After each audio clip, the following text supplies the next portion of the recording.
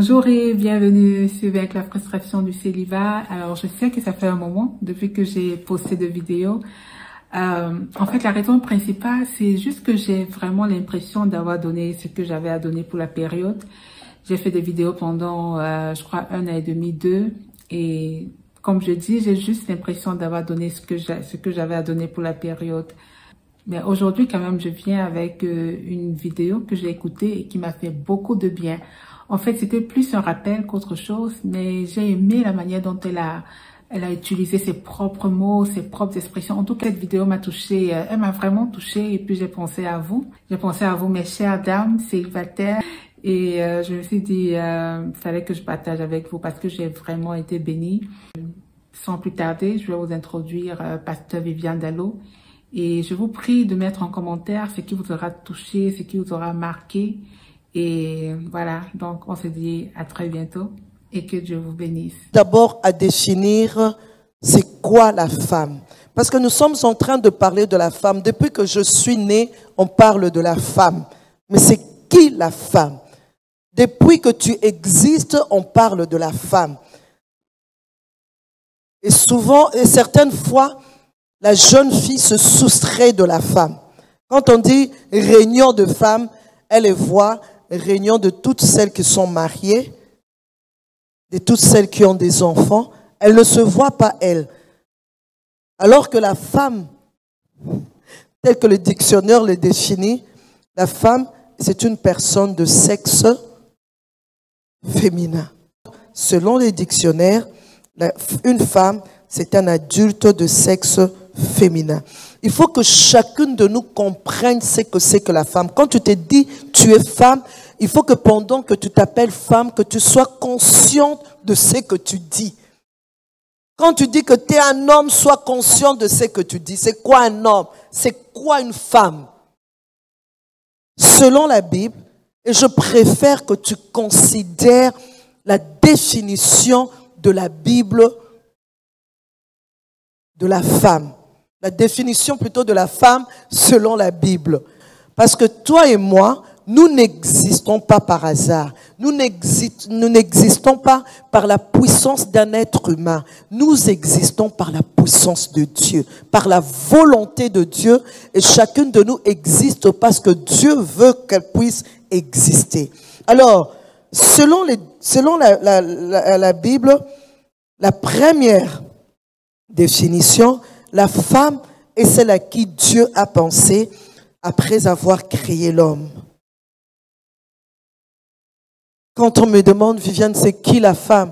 Ah tiens, je peux dire la femme, c'est celle à qui Dieu a pensé après avoir créé l'homme. Donc après avoir fait un constat négatif.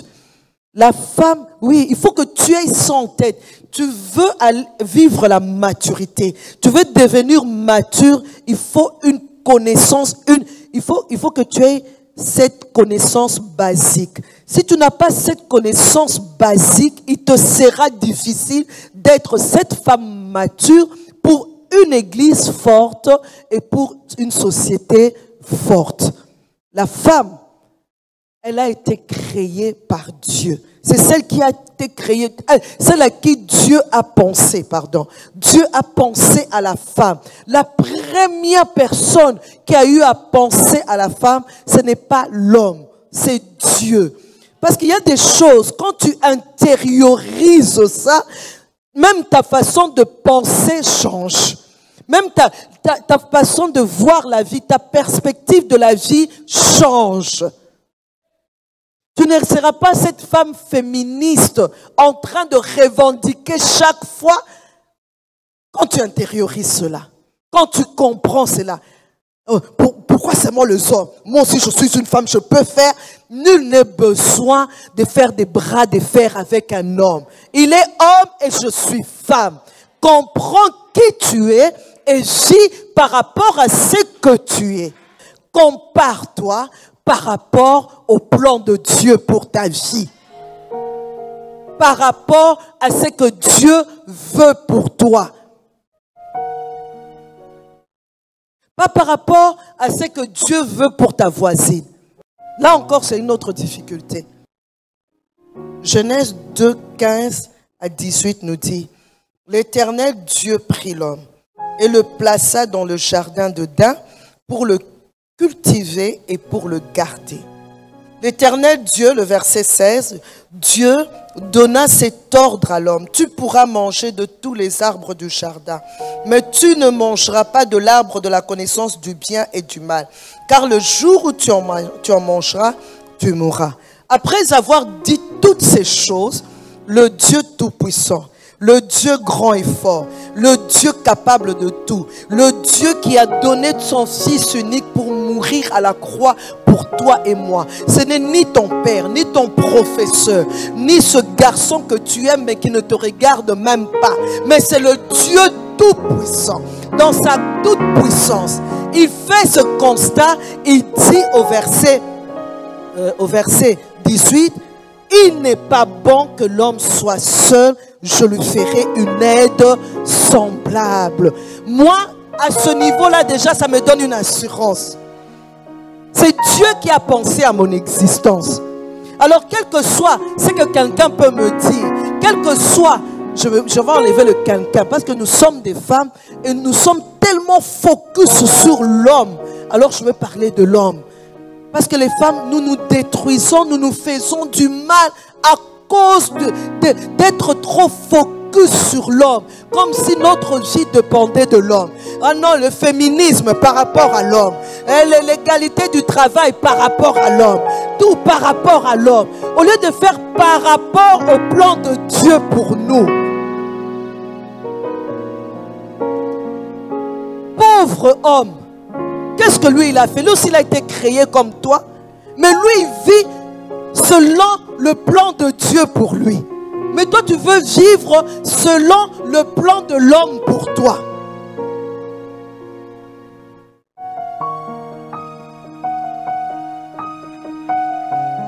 C'est Dieu qui dit, il n'est pas bon que l'homme soit seul. Je lui ferai une aide semblable. Il fait un constat négatif. Ce n'est pas positif. Il constate, il dit, waouh, il ne peut pas rester seul. Il faut que je lui donne une aide semblable. Donc, c'est Dieu qui décide. Il fait le constat. Et ça me rassure. La deuxième définition, je dirais, la femme, c'est celle qui a été formée par Dieu. Et Dieu forma la femme de la côte qu'il avait prise de l'homme. Ça aussi, retiens cela. Dieu, la femme, c'est celle qui a été formée par Dieu. C'est Dieu qui a créé.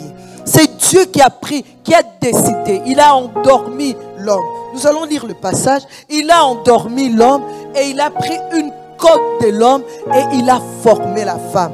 Donc femme, quel que soit tout ce que toi tu veux, tu peux t'imaginer, tu peux faire, tu viens de l'homme et accepte ça.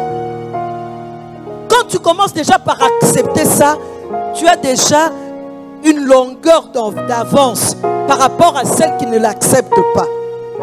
J'ai une longueur d'avance parce que j'accepte ça. Je ne veux pas passer toute ma vie à commencer à me dire non, l'homme est discuté. Je ne discute pas. Je dis amen, ainsi soit-il. J'ai été prise de l'homme. Ma source c'est ça.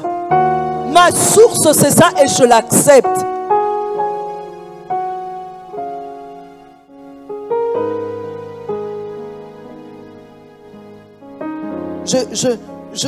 Que ce qui compte dans la vie, c'est de savoir pourquoi tu existes et vivre pour Dieu.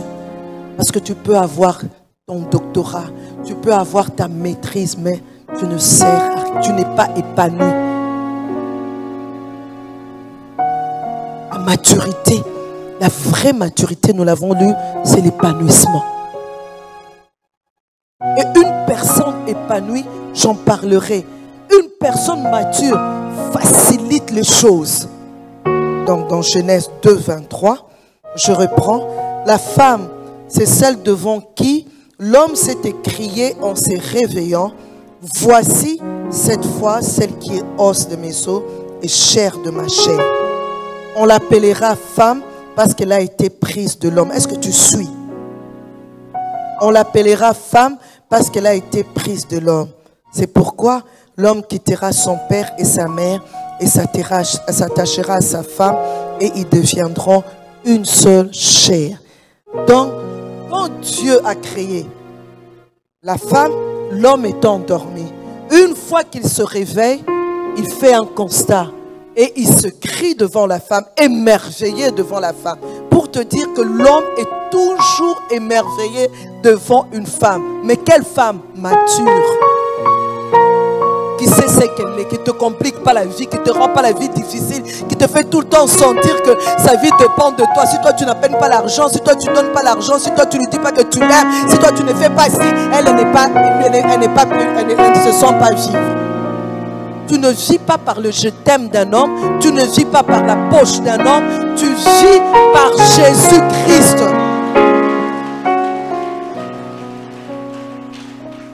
Lui, il s'est réveillé, il t'a trouvé.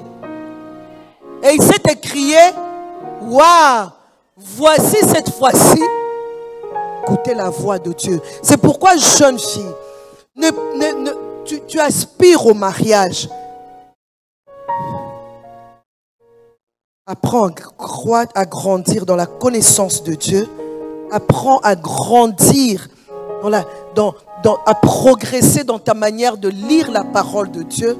Apprends à mettre en pratique la parole de Dieu. Parce que plus tu es proche de Dieu, plus tu es dans l'intimité avec Dieu, c'est certain, le Saint-Esprit te conduira dans toute la vérité. Jésus a dit, il est avantageux que je m'en aille. Il nous enverra le Saint-Esprit. Le Saint-Esprit, qu'est-ce qu'il fera? Il prendra de ce qui est à Jésus et il nous l'annoncera. Il nous conduira dans toute la vérité. Ne t'agite pas par rapport au mariage. Sois calme. Il y a un homme pour toi. Il y a un mari pour toi. Toi, tout ce que tu as à faire, attache-toi à Christ.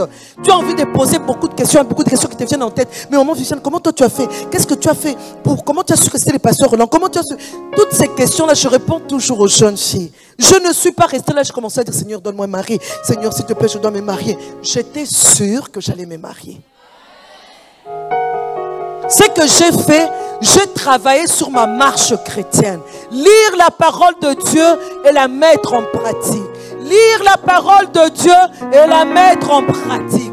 Lire la parole de Dieu et la mettre en pratique. Tu es dans le mensonge, tu es dans la masturbation, tu es dans la pornographie, tu es dans la médisance, tu es dans la calomnie. Tu penses que ça peut être clair pour toi de savoir avec qui se marier, avec qui ne pas se marier? Mais plus tu avales la parole, tu la mets en pratique, à ce moment-là, tout est clair. C'est pourquoi Jésus dit, je suis le chemin, la vérité et la vie. Tu veux la vie, tu veux le chemin, tu veux connaître le chemin par lequel tu dois passer pour rencontrer cet homme. C'est simple, accroche-toi à Christ. Arrête avec l'impudicité, arrête avec le mensonge. Et je dis souvent, nul n'a besoin de commencer à faire des efforts. Impudicité, je te chasse. Pornographie, masturbation, non. Je veux te dire un secret. Lis la parole. Mets-la en pratique. Et toutes ces choses vont partir. Parce que la parole de Dieu te transforme. La parole de Dieu te convainc du péché, de la justice et du jugement. Et je connais le projet que j'ai formé sur vous. Et ma venue au monde n'a pas été voulue par mes parents. Parce que si c'était les parents qui voulaient de notre naissance, alors il n'y aurait jamais des hommes et des femmes stériles. Mais c'est Dieu qui donne, c'est Dieu qui permet. Donc c'est Dieu qui a voulu de mon existence. Et il a des projets. J'ai dit non, je m'accroche à ces dieux-là. Seigneur, quel est le projet que tu as pour moi? Je ne me sens pas en métier. J'ai prié, j'ai tâtonné encore une fois. Le Saint-Esprit me conduit. Je me suis mariée et le Saint-Esprit, je me suis mariée. Non. Il y avait fermeture à l'université. J'ai dit, j'en profite. Donc, comment je rentre plus en médecine? J'en ai parlé à mes parents. C'était le chaos chez nous. Mon père a dit, mais vraiment, pourquoi? Comment? Mais cette conversion, parce que tu t'es converti. J'ai dit, même si je lui explique 1000 fois, il ne comprendra pas. Parce qu'il n'est pas chrétien. J'ai seulement commencé à prier. Je dis, papa, en tout cas, inscris-moi en économie dans une autre université. On est allé m'inscrire là-bas, ça marchait, j'ai commencé. Première année, j'ai réussi. Écoutez bien mon parcours, hein, de la médecine en économie. J'ai réussi. Entre-temps, zélé, mettant la parole de Dieu en pratique. En tout cas, repentance totale. J'aime comme notre pasteur expliquait, c'est quoi la repentance. Une fois que la parole de Dieu me trouve à ce niveau ici, on me prêche la parole, j'accepte Jésus-Christ comme Seigneur et Sauveur, je demande pardon, je me repens. Au lieu de continuer sur la même voie, qu'est-ce que je fais? Vraiment, je tourne. Tout est passé et j'emprunte la voie de Christ. Et c'est ce que j'avais vraiment fait. Je dis, Seigneur, je veux être la Viviane que toi, tu veux. Chemin faisant, je rencontre Roland Dallot, je l'accepte, on se marie, convaincu que c'était la volonté de Dieu. Première année, de la première semaine, je conçois. Pas moyen de retourner aux études. J'accouche, je dis, tiens, moi je voudrais retourner aux études. J'ai aimé la réponse de mon mari. Il m'a dit, Viviane, quand je t'ai rencontré, tu avais 23 ans. Je suppose que tu avais prié, tu connaissais le plan de Dieu pour ta vie et tu savais ce à quoi Dieu t'appelle. Il me fait, non, j'aime Roland Dallot. Il me faisait réfléchir. Et je disais, mais oui. Parce que moi je m'acharnais, je dis, Roland, moi je dois reprendre mes études, moi je ne serai pas là seulement en train de préparer, de m'occuper du bébé. Et il m'a fait assurer, il dit, viens, moi je t'empêche pas d'étudier. Mais je suppose que quand je t'ai épousé à l'âge de 23 ans, tu savais. Il m'a demandé, qu'est-ce que tu veux? Selon que Dieu veut pour toi. Je dis, non, moi je dois reprendre mes études. Il a dit, allons-y. Je suis rentré à l'université, j'ai prié, je me rappelle la première année, le premier jour, je vais à l'université, j'entre dans l'auditoire, je me mets, le Saint-Esprit me dérange, je deviens mal à l'aise. Je dis, pourquoi je suis mal à l'aise? Qu'est-ce qui se passe? Mes amis me demandent, Viviane, ça va, on est content, tu es revenu, waouh, tu as bien fait, tu dois vraiment terminer tes études. J'ai dit, oui, je suis là pour ça. Et je reste m'occuper de mari et de bébé. Le problème, ce n'est pas mari et bébé. C'est toi qui dois te connaître. C'est toi qui dois savoir ce que Dieu attend de toi. Et je suis restée là. 30 minutes après, je me suis levée. Je dis, je sors. Viviane, qu'est-ce qu'il y a? Je dis, je vais vous expliquer. Je suis rentrée à la maison. J'ai pleuré. Je dis, Seigneur, pourquoi j'étais si mal à l'aise? C'est quoi le problème? J'ai prié. Mon mari arrive, il dit, oh, toi t'es pas à l'université. Je dis, non, je suis rentrée plus tôt. Ah ben, qu'est-ce qui s'est passé? On a arrêté les cours avant. J'ai dit, non, je me suis sentie mal à l'aise. Ah bon? Raconte. Je dis, Roland, c'est pas ma place. Ah bon? Comment ça, c'est pas ta place? Je dis, je me sens pas. Alors, c'est où ta place? Je lui ai dit, j'ai pris mes responsabilités en main. Je dis, je ne sais pas, mais je n'étais pas à la bonne place. Je vais prier. Et puis un beau jour, mon mari arrive avec la proposition de notre pasteur Viviane. Voilà, le pasteur Verneau nous a fait une proposition. Il demande à ce que toi et moi, nous puissions aller étudier à Nairobi, faire la théologie. J'ai éclaté des rires. J'ai dit, quoi, la théologie? Et moi, je ne suis pas pasteur. Il a dit, ah bah, comment tu définis la théologie, toi? J'ai dit, bon, je ne suis pas pasteur, je ne sais pas. Moi, je ne suis pas appelé à servir Dieu à temps plein. T'es sûr? Bon, Viviane, ce n'est qu'une proposition. C'est à toi de prier et de réfléchir sur la chose. J'ai pris du temps. Je suis allé lui dire, Roland, j'ai la paix. J'accepte. T'es sûr? T'es sûr que c'est là ta place? Je dis, l'Esprit me dirige là-bas. On y va. Nous avons accepté. Et le jour où je me suis retrouvée, le premier jour où j'ai mis mes pieds dans cet auditoire en théologie, j'ai su que c'était ma place. J'ai su que c'était ma place. C'était le bon endroit. c'était vraiment le bon endroit.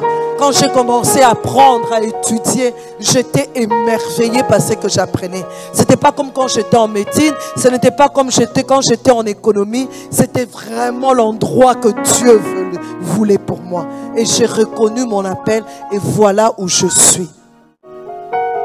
Heureux l'homme qui craint Dieu. Sa femme est comme une vigne féconde. Donc, alors je vais dire quelques vérités. La femme, elle existe par la volonté de Dieu. Dieu a donné la possibilité de la deuxième des choses. La première vérité, la femme existe par la volonté de Dieu. Et la deuxième vérité, Dieu a donné la possibilité de la restauration à l'homme et la femme en permettant que son Fils unique puisse mourir à la croix pour nos péchés. Donc malgré tout ce qu'ils avaient eu à faire, malgré, j'ai parlé de comment la Bible définit la femme, malgré tout ce que la femme a eu à faire, Dieu, il a permis que son Fils puisse mourir à la croix. Parce que Dieu veut d'une femme mature, il veut d'une femme qui peut rendre une église forte et une société forte. C'est pourquoi il a dit que ça ne va pas s'arrêter là. Il est allé jusqu'à permettre que son Fils puisse mourir à la croix pour toi et moi. Et en mourant à la croix, Jésus te donne l'occasion d'être cette femme mature. Et la vraie maturité a comme base d'abord la parole de Dieu. La vraie maturité a comme base de connaître d'abord la parole de Dieu et de la mettre en application. La vraie maturité commence d'abord par savoir qui on est. Et la femme mature, c'est celle qui apporte dans l'église et dans la société ce qu'elle a et ce qu'elle est. Une femme mature, c'est celle qui apporte dans la société ce qu'elle a et ce qu'elle est.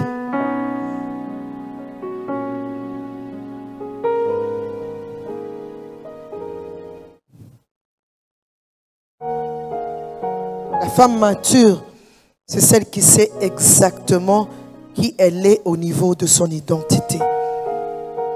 Dans l'église, la maturité fera que tu puisses apporter ce que tu es. Dans la société, la maturité fera que tu puisses apporter ce que tu es. Pas ce que l'autre est. Ce que toi tu es.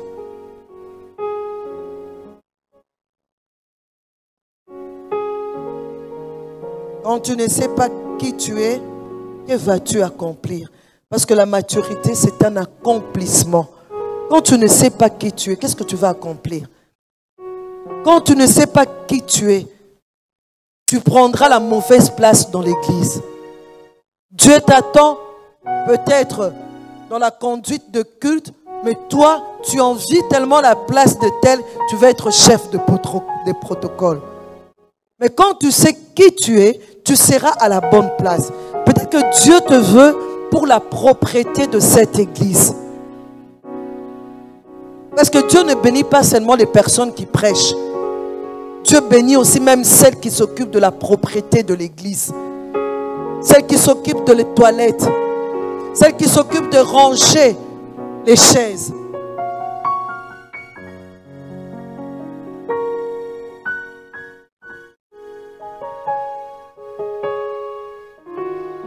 Quand tu connais qui tu es, tu dois avoir une estime de soi au top. Une estime de soi au top. L'estime de soi, c'est le jugement ou l'évaluation qu'une personne a de sa propre valeur. L'estime de soi. Beaucoup de gens n'ont pas l'estime de soi. Beaucoup de gens n'ont pas un bon jugement sur leur propre valeur. Est-ce que tu as un bon jugement sur ta propre valeur? Est-ce que tu connais ta valeur? Tel que j'ai expliqué, j'ai défini la femme. Nous avons pu réaliser que la femme a de la valeur aux yeux de l'homme. Mais est-ce que toi-même, quand tu te regardes, est-ce que tu apportes un bon jugement sur ta valeur? Est-ce que tu t'acceptes tel que tu es? Est-ce que tu as une haute estime de soi. Parce que quand tu n'as pas une estime de soi, c'est difficile que tu deviennes cette femme mature qui produit quelque chose de bien, qui influence, qui impacte. Le manque d'estime de soi t'empêchera d'atteindre la maturité. Tu dois avoir une forte estime de soi. Tu dois avoir une opinion de toi-même élevée. Parce que personne n'aura cette opinion à ta place. Je peux venir te dire, ah, tu es une belle fille. Dans ton intérieur, tu dis, ah bon, il trouve, hein, avec mon gros nez ici. Oui.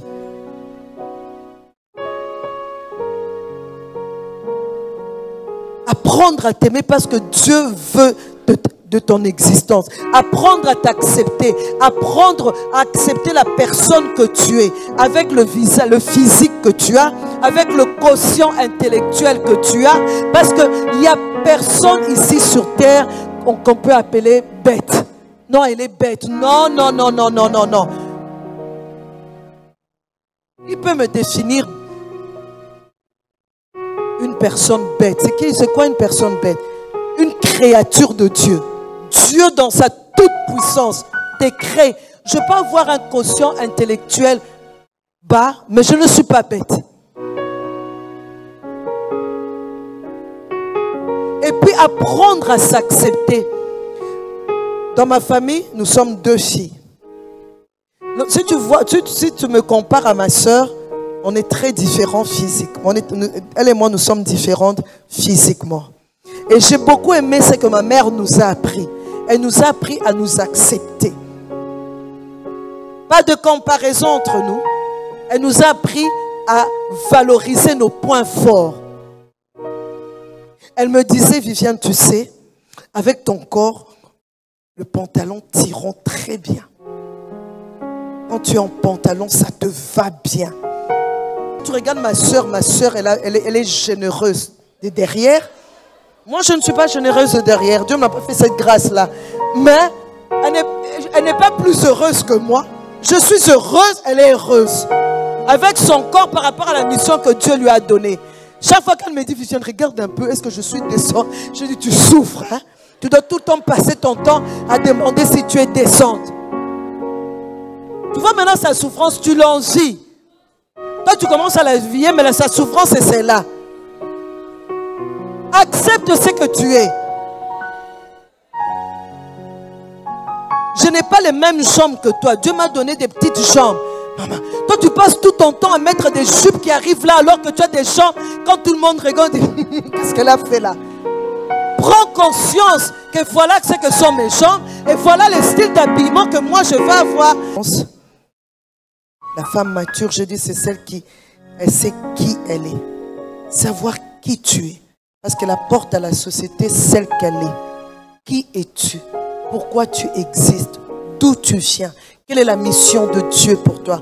Quel est ton appel? Quand on parle de mission de Dieu, ça ne veut pas seulement parler du spirituel, prêcher, être diaconesse, être... Non, peut-être que Dieu t'appelle à être avocate, mais est-ce que tu sais que Dieu t'appelle à cela? Là où tu te trouves, c'est vraiment là où Dieu te veut. Moi, je vous ai donné mon exemple. Je ne t'ai pas appelé à faire la médecine. Je ne t'ai pas non plus appelé à faire l'économie. J'allais passer à côté. Mais il y a des gens aussi comme mon mari. Il a fait le droit et il a fait aussi la théologie.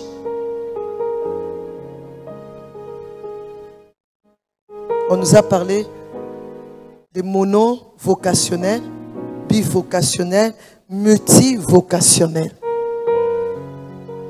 Qui es-tu? Quelle est ta mission? Une femme mature, c'est celle qui sait apporter dans l'église et la société ce qu'elle a. Qu'est-ce que tu as? Quels sont les talents que Dieu t'a donnés? Apporte ta personne et avec ta personne, apporte les talents que tu as. C'est que tu as. Personne, Dieu n'a envoyé personne ici sur terre à vide. Chacune de nous a des talents en elle. Il y a des talents majeurs et il y a des talents qui sont mineurs. Majeur, pas majeur, est-ce que c'est mineur qu'on dit? Le volume n'est pas bon, hein, je n'ai pas entendu.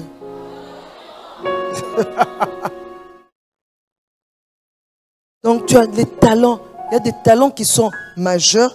Par exemple, moi, mon premier appel, c'est de prêcher la parole. Je suis à temps plein dans les ministères. Mais au-delà de ça, Dieu m'a donné le talent de créativité, de créer des modèles, être styliste. Je n'ai pas étudié ça, mais j'ai cette facilité-là.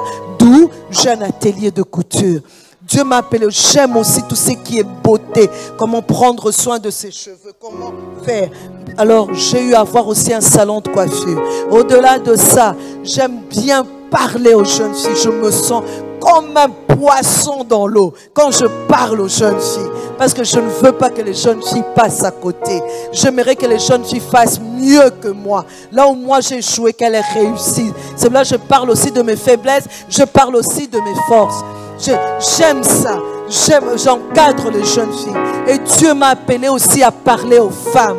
Les femmes en général. J'ai un fardeau pour les femmes. Je sais booster. J'ai été créé pour ça.